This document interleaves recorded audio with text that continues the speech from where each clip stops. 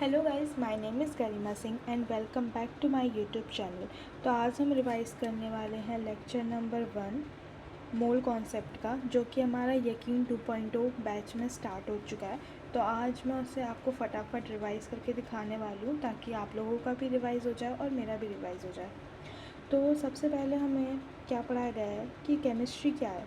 Chemistry एक branch है science की जो डील करता है मैटर के साथ और उसकी प्रॉपर्टीज़ के साथ। Chemistry is a branch of science which deals with आप लोग भी बोलो मेरे साथ तभी रिवाइज हो पाएगा ना। Which deals with matter and it's property. ठीक है, मैटर क्या होता है? मैटर एनीथिंग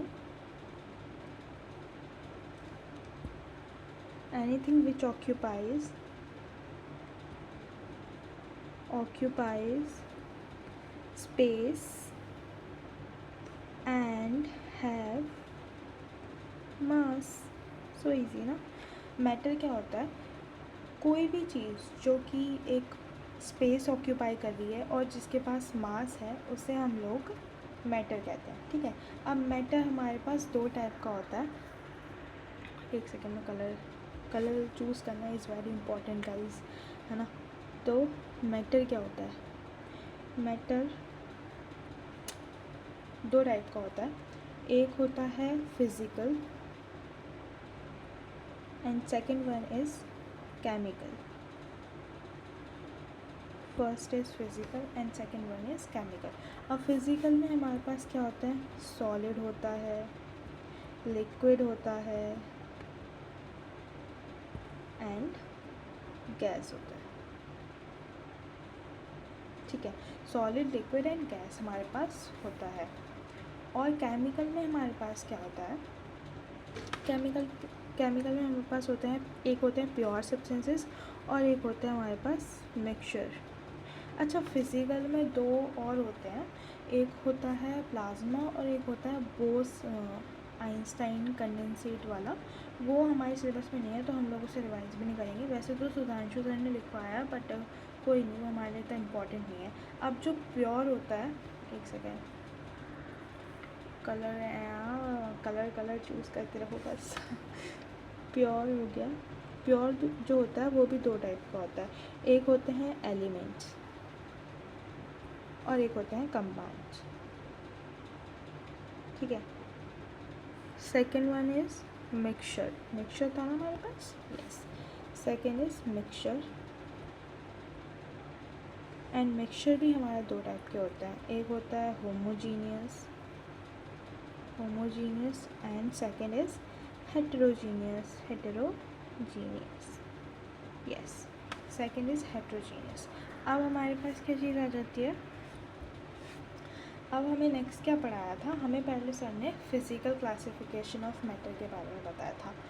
फिज़िकल क्लासिफिकेशन किसके बेस्ड में क्लासीफाई हुआ है? इंटरमॉलिकुलर फोर्सेस के और थर्मल एनर्जी के।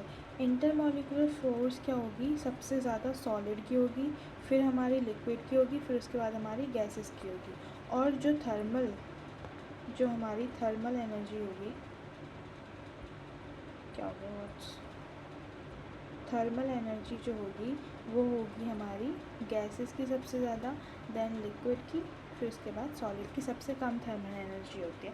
आप इससे ये भी सोच सकते हो कि जो सॉलिड्स होता है, ठीक है, जो भी सॉलिड होता है वो क्या होता है? बहुत ही ज़्यादा पास होता है सॉलिड। जैसे कि ये सॉलिड है तो इसके जो एटम्स होंगे वो बहुत ही ज़्यादा पास होंगे। तो ज़्यादा पास होंगे मतलब इनके बीच में इंटरमॉलिक्यूलर फोर्स ज़्यादा है। इंटर मतलब अंदर और इंट्रा मतलब बाहर। ठीक है, तो इनके बीच में बहुत ज़्यादा इंटरमॉलिक्यूलर फोर्स है। किसके बीच में? सॉलिड के बीच में। क्यों है? क्योंकि बहुत ज़्यादा पास है। लिक्विड इंटरमीडिएट होता है बेसिकली, इसके पास ना ज़्यादा, इसे वो कह सकते हैं कि बहुत ही पास है और ना ही ज़्यादा दूर कह सकते हैं इसे। ठीक है, और ये जो गैशियस होता है इसके पास तो बहुत ही कम इंटरमॉलिक्यूलर फोर्स होता है, मतलब ये तो बहती हवा साथ आओ, इसके साथ तो वही वाला सीन है। ठीक है, और अब थर्मल एनर्जी पे आ जाते हैं हम। ये दोनों ही है इसमें मेन, फिज़िकल वाले में, और तो इतना कुछ मेन है नहीं। थर्मल एनर्जी में क्या हो जाता है हमारे पास, थर्मल एनर्जी में सबसे ज़्यादा हमारे पास गैसेस के होते हैं, एंड सेकंड हमारे पास लिक्विड के, एंड फिर उसके बाद सॉलिड के।